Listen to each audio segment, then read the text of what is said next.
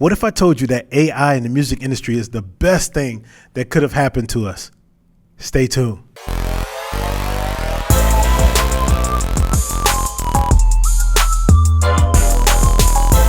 Yo, what's good, world? It's your boy Twiz back with another session to help you grow your music brand. All right, in today's episode, we're going to talk about AI, how it is used in today's music industry. How do you use it to create your own music, and the benefits of actually using AI, believe it or not. Now, you're probably wondering, what is AI? Unless you've been living underneath a rock somewhere, AI is artificial intelligence. Keyword artificial. It's not real.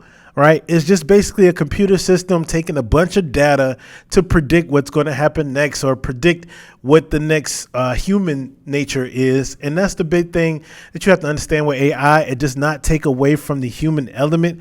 It may artificially think how we think, but sometimes our feelings and our emotions are so unpredictable that the next logical thing may not happen.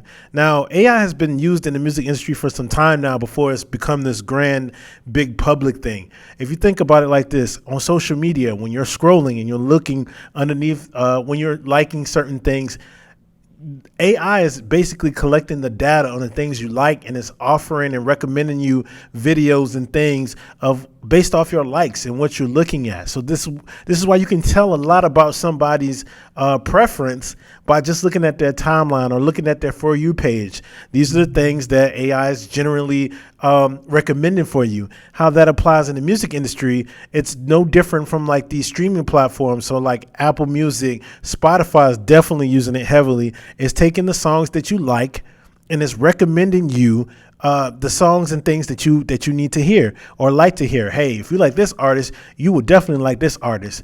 And it's not somebody just sitting there curating all these things. It's really AI. It's really collecting all the data on the things that you like and trying to shop it to you. And it's finally trickled down to the creation process. Now, I just saw this clip where the owner of one of the artificial intelligence production site, Suno, talks about music not being enjoyable and people not enjoying making music. This is crazy. Check this out. It's not really enjoyable to make music now. People enjoy. Why did you say that?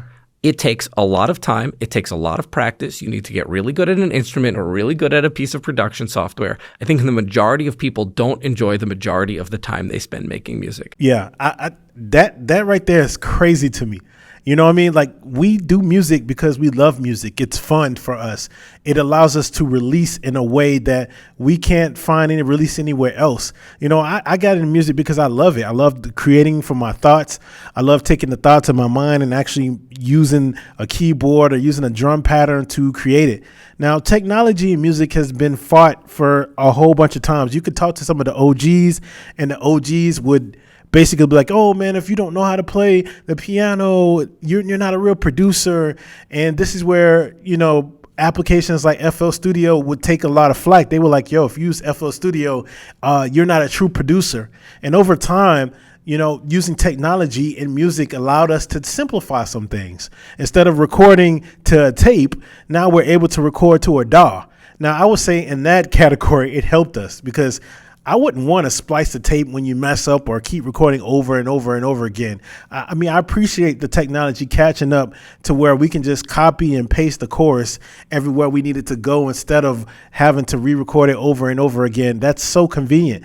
Now, the process part of actually producing music is a lot crazy.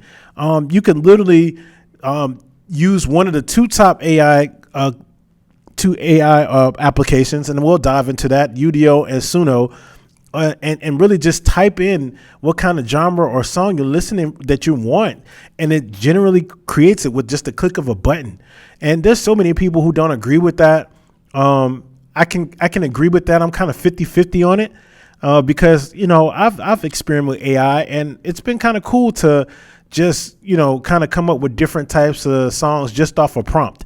You know what I mean? And you still have to think, right? You still have to be creative because it's not going to, you could type up some bull jive and it's not going to put out something that's really good. You got to be more articulate, more descriptive about what you want. And being that you do music, it does make that process a lot easier.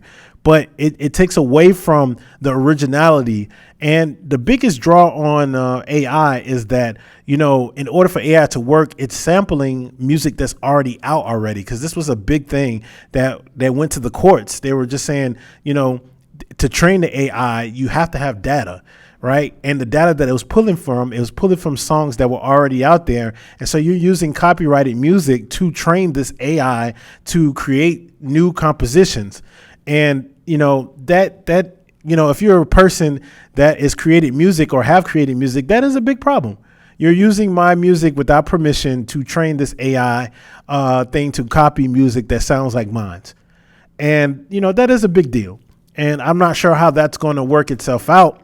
But it also takes away from the integrity of everything, right? If you make a beat, it's not really yours per se, right? You're using a tool that's coming up with these ideas.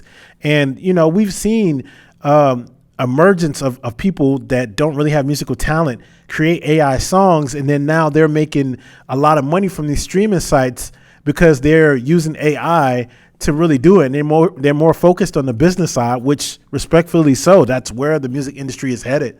We're focusing more on the business and marketing, just like I mentioned in my other video. But you now have this tool to be able to, create something that's really unique in as far as coming from your thoughts and how it's trained. And, I've heard some songs that sounds like, whoa, this really sounds real. You can't tell if it's a person that's real or not. And it's only going to get better.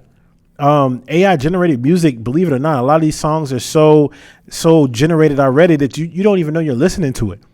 Right. You don't even know that it's actually a thing and that it's happening. And, it's just, you don't want to take away from the art of it. That's my biggest thing. But I've used AI personally to create maybe some samples, right? There's some samples. You don't have to worry about it getting cleared or anything because I can make a retro sounding song from like the 70s and the 60s. And then I can just put it inside my DAW, chop it up and sample it from there. And I don't have to worry about getting clearance because that's something that's already done. Instead of having to compose this song for writers and people to hop on, I can create a reference track using AI and shop it to somebody like, hey, this is a song that we need to shop. I want to make something like this. This is the type of vibe I'm going for. This is the type of sound that I'm going for. I feel like it helps in that way to help as far as reference and stuff. But a final track, I wouldn't want to do a final track and go from there.